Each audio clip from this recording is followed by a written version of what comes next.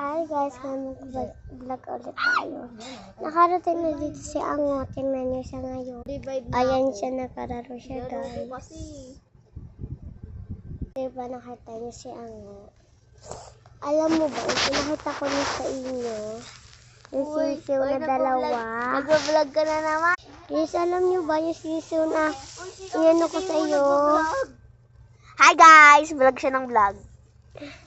Yung sinabi ko sa inyo, sisi, yung pinakita ko sa inyo, yung dalawa, naging isa na kasi namatay yung isa. Epal ka ba? Diba? Namatay na kasi yung isa. Ang oras namin ngayon ay 2:20 na. Ng tanghali.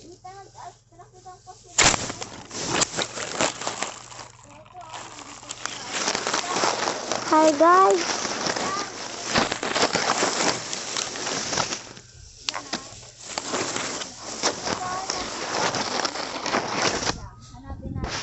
Sorry guys.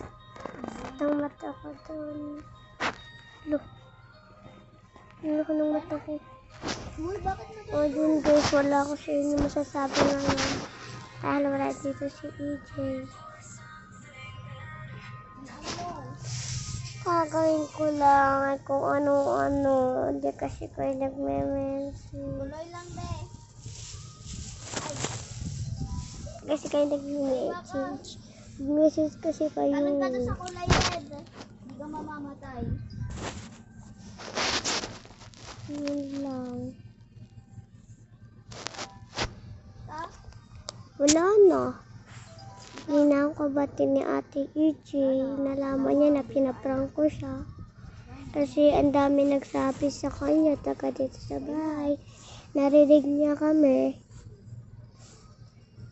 Yung sabi ni ni Cairo, ni JJ, ni Aya, sinabi niya yung kay EJ. Kaya namin, hindi kami ngayon magkalapit.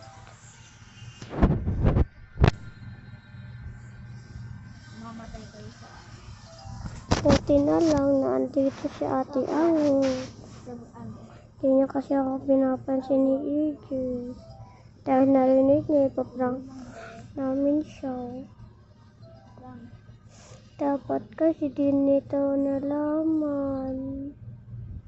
Dapat niya ako hindi papansinin. Inalaman naman niya.